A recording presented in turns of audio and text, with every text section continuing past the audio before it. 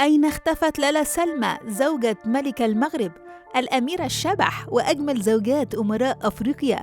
وما حقيقة مقتلها؟ منذ 5 أعوام تحديداً عام 2018 واختفت صاحبة السمو الملكي لالا سلمى زوجة محمد السادس ملك المغرب. اختفت تماماً عن الأنظار ولم تعد تظهر إطلاقاً عقب آخر ظهور لها نهايات 2017، ومن ثم ترددت الأسئلة حول أسباب غيابها، خصوصاً إنها تتمتع بشعبية كبيرة بين الأوساط المغربية، كونها تملك رصيد يذكر من الأعمال الخيرية والاجتماعية بأفريقيا على إثر جهودها في مكافحة مرض الإيدز هناك. معظم الشكوك اتجهت ناحية احتمالية مقتل الأميرة على خلفية الصراعات الدائرة بالقصر الملكي المغربي ما بين الملك وأعمامه وأشقائه، الصراعات والتي كثرت مع مرض الملك وذهابه للعلاج في باريس بينما كانت حالته غير مستقرة، وهو ما تزامن أيضا وسرقة مقتنيات الملك ومنها أكثر من 34 ساعة من أفخم الماركات العالمية،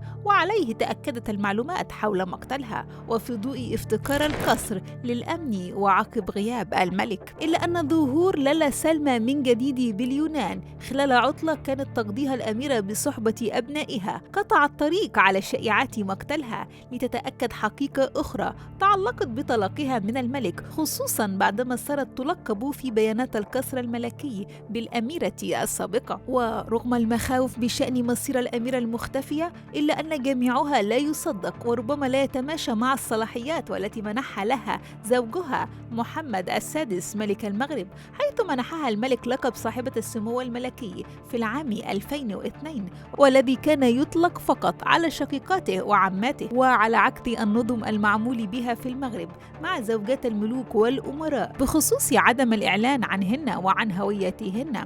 إلا أن لالا سلمى جرى الاعتراف بها والإعلان عنها أيضا طالما تصدرت المشهد الملكي مع الملك. دخلت لالا سلمى القصر عقب تخرجها عام 1999، حيث استقبلها ولي العهد آنذاك محمد السادس واختارها زوجة له، وأنجب الحسن ولي العهد والأميرة خديجة. ولدت الأميرة لالا سلمى في 10 من مايو لعام 1978 بمدينة فاس، وتزوجت من محمد السادس والذي يكبرها بأكثر من نحو 15 عاما، ولا زالت حتى الآن الأميرة الأكثر إثارة. لا يعلم شيء عن وجودها أو إن كانت باقية على قيد الحياة أو قتلت أو حتى رحلت، وعلى هذا الأساس جري تعريفها بالأميرة الشبح. معظم المعلومات والتي تمت الاستعانة بها جاءت في تصريحات النظام الملكي، تصريحات محامي العائلة الملكية، تقارير لصحف فرنسية أبرزها إيل. لو لديكم أي معلومات موثقة عن العائلة المغربية والأميرة المختفية